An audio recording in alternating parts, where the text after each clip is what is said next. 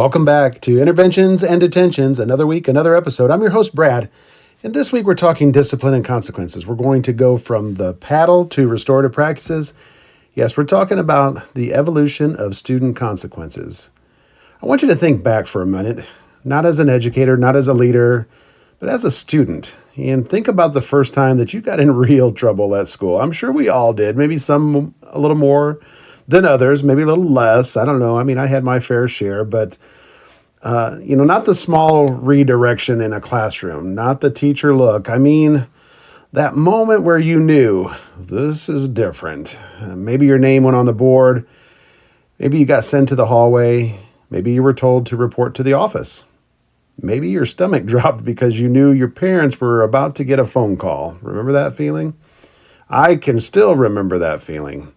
That mix of embarrassment, fear, and honestly, a little bit of confusion. Was I in trouble because I broke a rule or because I embarrassed an adult? Was I being corrected or was I being punished?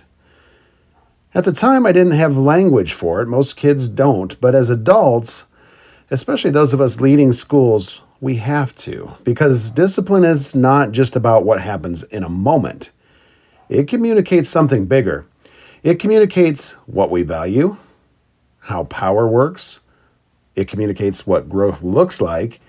And it communicates whether mistakes are endings or maybe turning points. And here's the reality. The way schools handle consequences today looks totally and dramatically different than it did even 25 years ago, and radically different than it did 75 or 100 years ago. Some people would say we've gone soft. Some would say we've evolved. Some would say we've overcorrected. And some would say we still haven't corrected enough. So today, I want to slow this down and really unpack it. Where did school discipline start? How did we move from paddles and public humiliation to more restorative circles and behavior intervention plans? What is progressive discipline actually supposed to mean? And maybe most importantly, how should consequences develop as students develop? Because a kindergarten consequence cannot look like a high school consequence. And if it does, we've missed something. I also want to talk honestly about the tension teachers are feeling right now. The fatigue, the frustration with repeated behaviors, the feeling that sometimes there are no real consequences. And I want to approach this the way I try to approach my leadership, not emotionally, not politically, but developmentally. Because if consequences are only about control, then we miss growth. If they are only about grace, then we're missing accountability. And leadership lives in the balance. So today, we're going to take a historical look. We're going to examine progressive discipline. We're going to walk grade level by grade level. And we're going to end with what I believe is the leadership responsibility in all of this.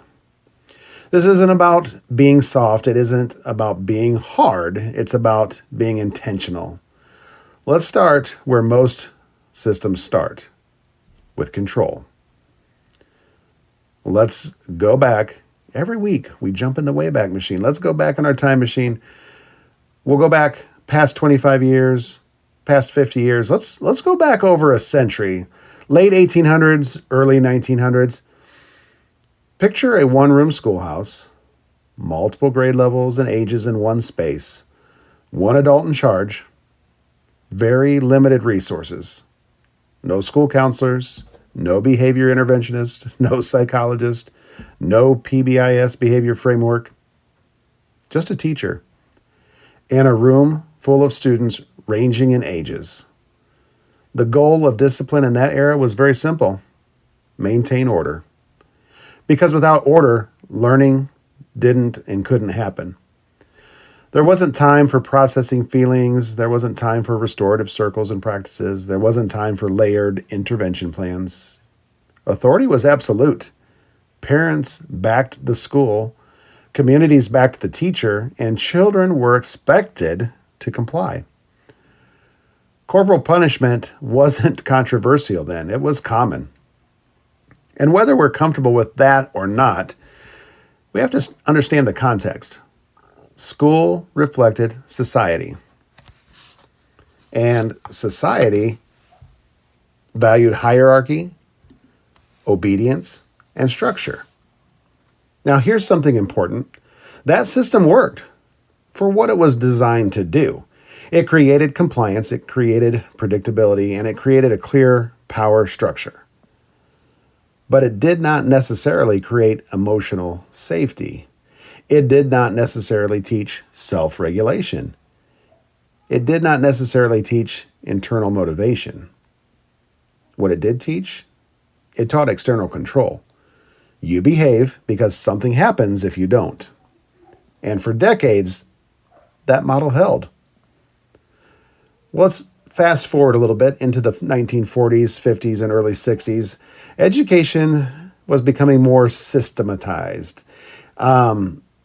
We see more structured detentions, more formal principal offices, more standardized procedures. Corporal punishment still exists in many regions, but we also begin to see more bureaucratic discipline, writing of sentences, staying after school, stand in the hallway, calling home. Discipline during this era is less about the physical control and more about compliance. Sit straight, raise your hand, don't talk out of turn, respect authority. And again, this reflected the era. Post-war America valued order, valued conformity, and it valued clear social expectations. And schools mirrored that. And for many students, it felt stable. But for others, particularly marginalized students, discipline began to show patterns of inequity. Not loudly at first, but consistently. And that becomes important later. So now, jump to the 80s and the 1990s. This is where discipline starts to shift significantly. Crime rates are becoming a national conversation. They're starting to rise. Schools feel pressure to appear safe and firm. Enter the era of zero tolerance. Automatic suspensions for certain behaviors, mandatory consequences for certain behaviors. Very little room for discretion or debate. Bring a prohibited item? Suspended. Threat? Suspended. Certain infractions? Automatically out of school. On paper, zero tolerance sounded strong. It was clear, it was firm, and it was non-negotiable. But here's what the research began to show over time. Suspension did not consistently reduce repeated behavior. In many cases, it actually increased disengagement. It increased the academic gaps, and it increased the risk of dropout. And disproportionately affected certain student populations. And this is when schools begin to ask the hard question. Are we correcting behavior, or are we pushing students away? Because exclusion feels decisive, and it doesn't always produce change. Which brings us now to the 2010s and upward into today's era. And the language started to shift. We started to hear things like restorative practices, PBIS, trauma-informed care and instruction, social emotional learning. Instead of asking, how do we punish this? We started asking things like, well, why did this happen? What skill is this student missing? And how do we repair the harm that has been made? And now here's where the tension really starts to rise, because when systems shift from punishment to development, it can feel like we've lost something. It can feel less decisive. It can feel a little slower. And teachers who are dealing with those repeated behaviors every single day can feel like consequences have just disappeared. But development does not mean absence of consequence. It means intentional consequences. And that's a big difference. The historical arc looks like this: control, compliance, exclusion, development. And the question now becomes, how or have we found balance? Or are we still adjusting? Because obviously pendulums swing, and we've seen that in education with many different practices. And leadership is about knowing when to stabilize them. So once we understand the historical arc, control, compliance, exclusion, development, the next logical question has to be this: what are we actually trying to build now? Because progressive discipline gets talked about a lot, but it's often misunderstood. Some hear progressive and think soft. Some hear it and think bureaucratic. Some think it means no real consequences. It doesn't. At its core, progressive discipline is structured escalation with developmental intent. And that's it. It means behavior is addressed early. If it repeats, consequences increase. If it continues, interventions deepen. But the goal is correlation and not just the punishment. Now, here's where research helps get a hold of this. In 2000, the American Psychological Association began publishing research showing that zero tolerance policies were not producing long-term behavior change and that we were increasing exclusion without improving school safety. Later studies from the U.S. Department of Ed reinforced that excessive suspension correlates with lower academic achievement and higher dropout risk. And in 2014, a joint federal guidance letter, which many districts still reference, pushed schools to re-examine exclusionary discipline practices because of disappropriate impact. Now, I'm not bringing that up to make this political. I'm bringing it up because discipline has consequences beyond that moment. When we suspend a student, we remove instruction, we disrupt the connections that are being made, and we create distance. Sometimes suspension is absolutely necessary. There's no argument there. But if it becomes the primary strategy, the go-to, we're not being strategic.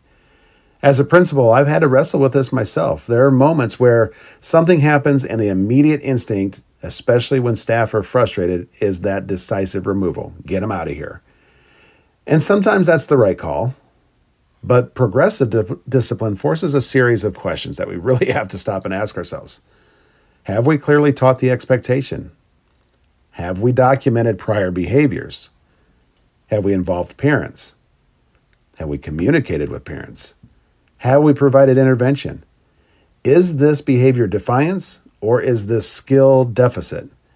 Is this the pattern or is this a moment? And that sequence of questions really does matter because the reaction feels powerful. Response requires discipline. There's also research around brain development that we can't ignore. The prefrontal cortex, the part of the brain responsible for impulse control, planning, and long-term decision-making, isn't fully developed until our mid-20s. Now, that doesn't excuse misbehavior, but it does explain or help to explain impulsivity, and it explains why middle schoolers can make decisions that feel shockingly short-sighted. So progressive discipline accounts for development, not by lowering the standards, but by adjusting the response. And here's something I've seen firsthand in leadership.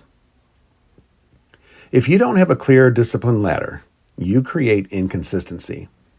And inconsistency erodes trust faster than almost anything else in a building. Your teachers need to know, if I document this behavior, it will be addressed. Students need to know, if I repeat this behavior, the consequences will increase. And parents need to know, there's a system in place, not just randomness. A clear progressive discipline system typically includes things like verbal correction, reteaching, documentation, parent contact, loss of privileges, detention, behavior contracts, in-school suspension, out-of-school suspension when necessary. But here's where schools can get into trouble. They either escalate too fast up the ladder, or they never escalated at all. Escalating too fast creates fear-based compliance without skill growth. Never escalating creates chaos and resentment.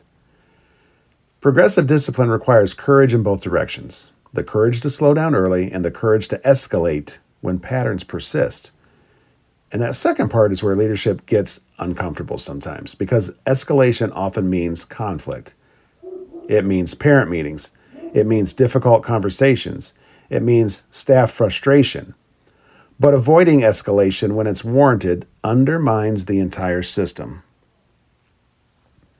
Another piece of research worth mentioning is from the Collaborative for Academic, Social, and Emotional Learning, the CASEL.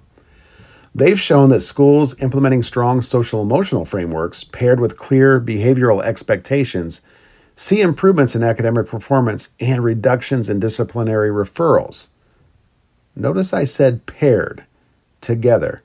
SEL without structure becomes permissive. Structure without SEL becomes rigid. It's the combination of the two that really works. And this is where my role as a principal comes into sharp focus, because discipline's not just about the student in front of you. It's about the adult culture behind you as well. And if teachers feel unsupported, they stop documenting. If teachers feel ignored, they stop sending referrals. If teachers feel like consequences are inconsistent, morale drops. And once morale drops, culture will follow.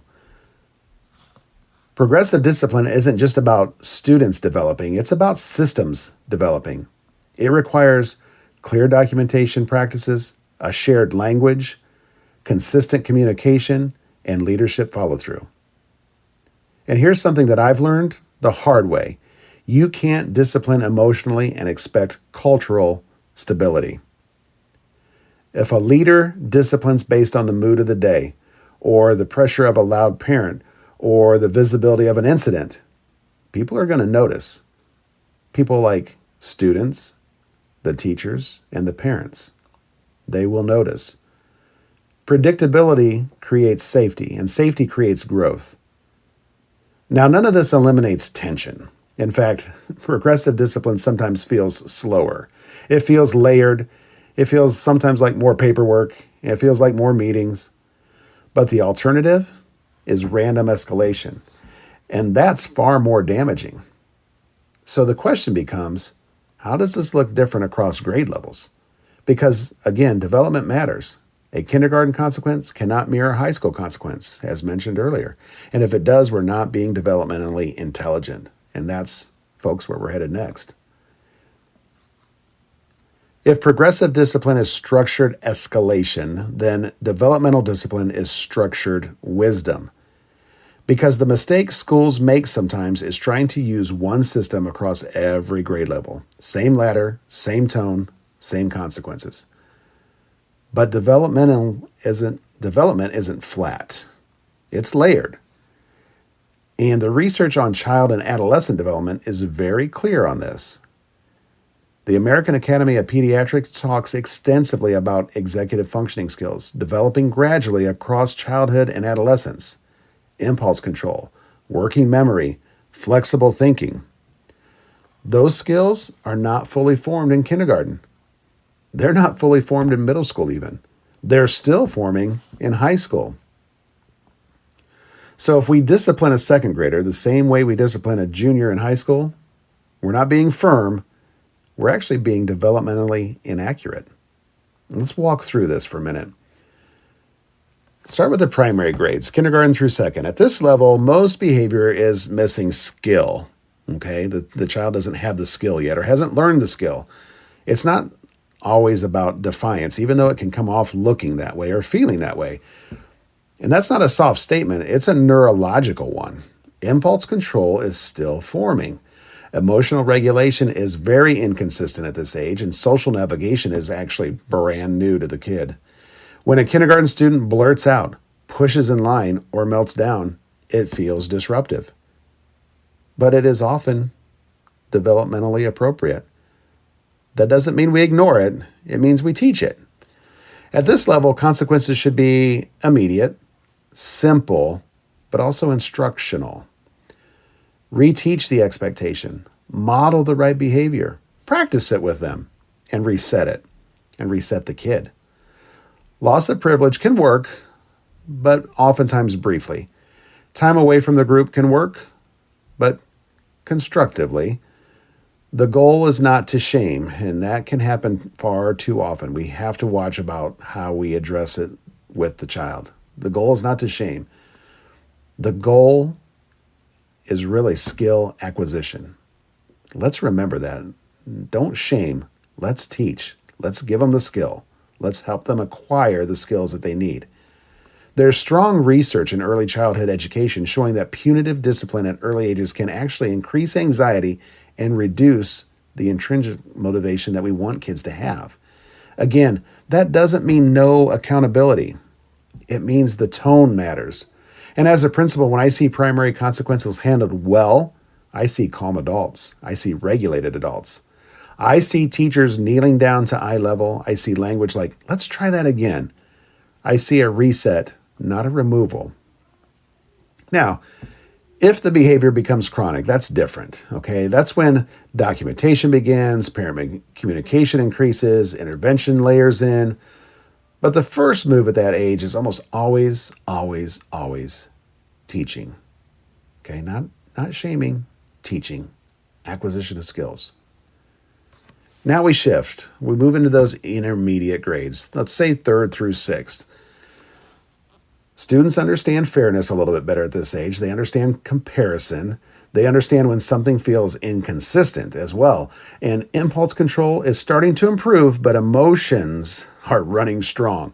And this is where ownership begins to matter more than ever. Reflection sheets become useful. Written processing becomes appropriate.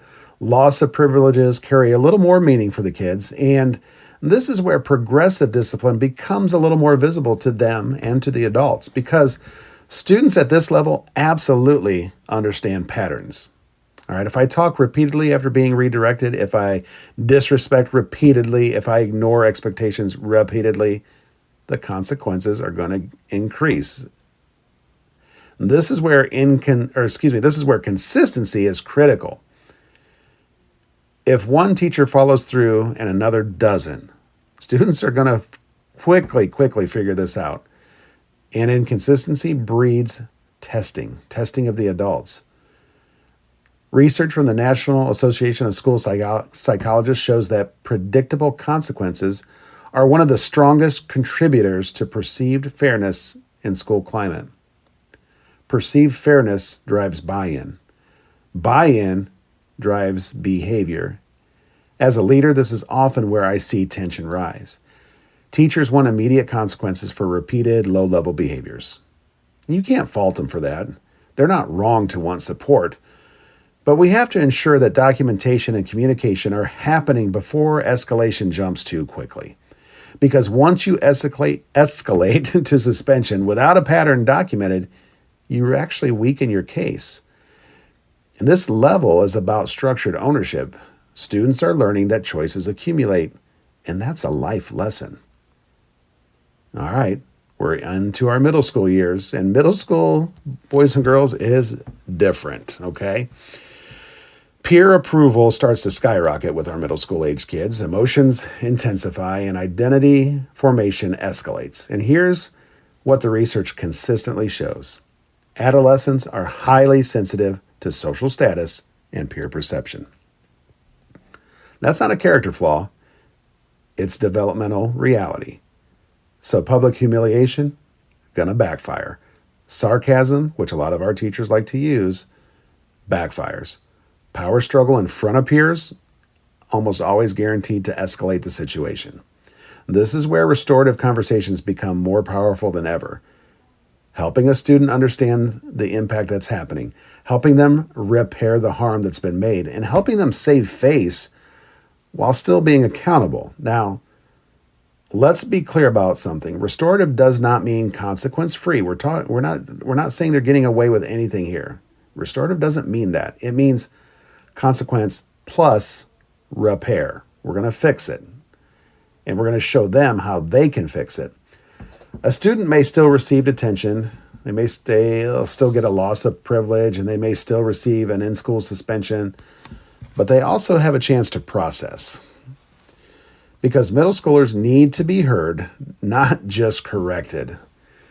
As a principal, some of the most powerful discipline moments I've witnessed at this level didn't happen in anger. They happen in calm conversations.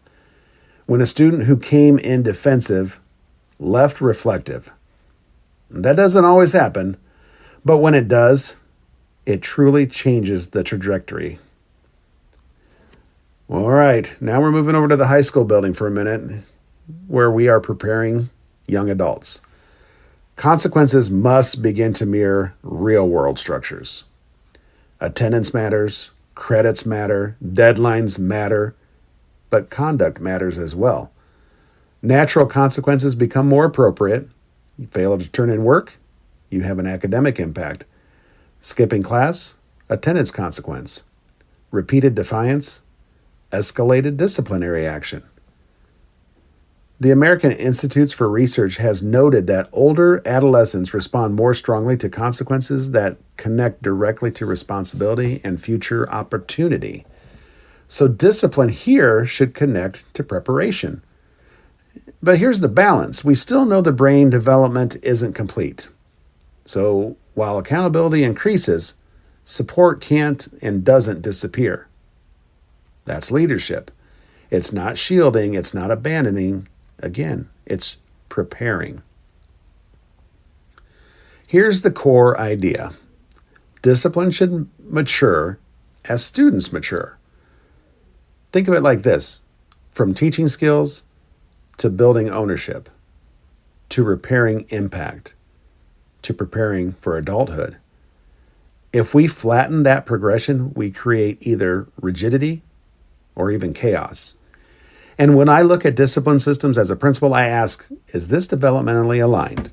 Or is it just procedurally convenient? Because convenience is not the same as effectiveness. Now let's talk honestly for a few minutes, because none of this lives in theory. It lives in classrooms every day. And teachers right now, they're tired. They're not lazy. They're not uncaring. They're just tired. Repeated low-level behaviors wear them down. The constant talking and jabbering, the refusal to follow small directions, the back and forth struggle, the arguing over minor corrections. It's not usually the major incident that exhausts teachers, because that's pretty cut and dry. It's that slow drip from the faucet. Okay, think about that, the dull pain of the drip. And when that drip feels unaddressed, that's when frustration builds. There's also a narrative floating around in education right now that schools don't discipline anymore. You've heard it. Maybe you've felt it. I know I have. Maybe you've had staff say it directly to you. And here's where we have to separate perception from structure, because in some schools, systems have overcorrected. In an attempt to reduce exclusion, some systems unintentionally reduced accountability in the process. And in an attempt to be restorative, some became permissive. But that's not the intent of developmental discipline. That's misapplication. Research from the RAND Corporation in recent years has shown that teachers' stress related to student behavior has increased significantly post-pandemic. And that matters because stress changes tolerance. It changes our patience. It changes interpretation. And it can change our response speed. So when we talk about discipline today, we cannot ignore educator fatigue. But here's the balanced truth. Frustration does not automatically mean the system's broken. Sometimes it means the system isn't being implemented consistently.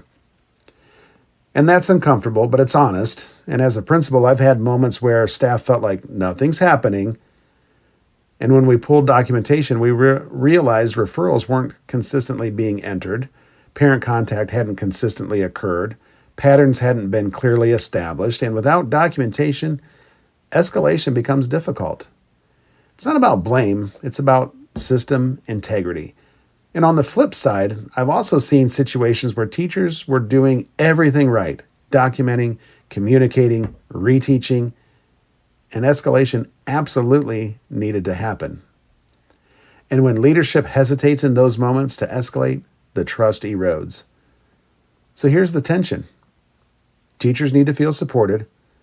Students need to feel accountable. Parents need to understand the system. And leaders need to stand firm when patterns demand escalating up that ladder of discipline. Another layer here is parent pressure. Parent expectations have shifted over the decades. In the early 1900s, parents rarely questioned school authority at all. Today, Communication is immediate.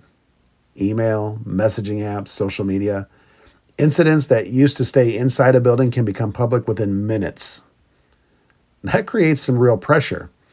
And if leadership responds to volume rather than policy, consistency disappears. Students are incredibly perceptive. They notice when consequences shift based on who calls. They notice when certain behaviors slide, and once fairness is questioned, buy-in collapses. The National School Climate Center has consistently found that perceived fairness is one of the strongest predictors of a positive school culture. Not severity, fairness. And fairness is built on predictability. Now, let me gently challenge something here. Sometimes when we say there are no consequences anymore, what we mean is the consequence didn't match my frustration level. That's human nature, but frustration is not the same as strategy. Sometimes the right consequence is quieter than we expected. Sometimes it's layered. Sometimes it involves meetings that people don't see. And sometimes it absolutely should be stronger. The key is alignment with the discipline ladder, not emotional volume. And this is where leadership becomes critical because leaders set the tone. They have to. If a principal panics publicly during a major incident, staff anxiety rises. If a principal dismisses teacher frustration, resentment rises. If a principal avoids difficult parent conversations, inconsistency rises. Balanced leadership means this: validating that teacher fatigue, holding firm to the progressive structure, escalating up that progressive structure when patterns demand it, and communicating clearly throughout. We cannot swing back to fear-based control. We cannot drift into permissive chaos, and we must stabilize in intentional accountability. And that's not easy, folks, but it's possible, and it requires clarity, which brings us to the final piece: leadership responsibility. At the end of the day, discipline's not a student issue, it's a leadership issue. Not because leaders cause behavior, but because leaders create systems, and systems shape behavior. If the system is unclear, behavior fluctuates. If the system is inconsistent, culture fractures. If the system is reactive, trust erodes, and as a principal, I've learned this: you will never discipline your way into popularity, but you can discipline your way into respect. Respect is built on three things, folks. We'll call it the 3 C's: clarity, consistency, and courage. Clarity means expectations are taught, not assumed. We do this at the primary level at the beginning of each year. We talk about our procedures and expectations and how we want students to do things the Cougar way. We're the Cougars. We give them clarity in our expectations. They're posted throughout our building. We return to them frequently. We teach them early and young so that they can get them down. They are taught and they are learned. They're not assumed. That's clarity. Consistency means consequences are predictable. They're not derived from our emotion in that moment. They're predictable. If this happens, if X happens, Y is the consequence. Courage means escalation up that ladder happens when patterns demand it, even when it's uncomfortable for us. Courage also means slowing down when that anger wants to speed it up. There's dignity in well-done discipline, folks, and that might sound strange to you, but think about it for a minute. When we hold a student accountable calmly, when we explain the impact that's been made, and when we escalate progressively, when we communicate clearly, what we're really saying is this: you matter enough to correct. You're capable of better, and your choices that you make have an impact. That helps build responsibility in the student. The opposite, humiliation or randomness, that builds resentment, and resentment never produces long-term growth. The goal is not control, it's development. It's development. The goal is not exclusion, it's preparation. The goal is not punishment, it's responsibility. So here's the challenge. Audit your discipline ladder. Is it developmentally aligned?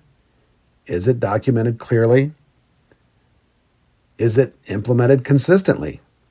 Does it escalate when patterns persist? And most importantly, does it build the kind of adults you hope to send into the world? Because that's the real measure, folks, not how quickly we remove someone from class or the building, not how loud we sound in the hallway correcting them, but whether our system produces growth.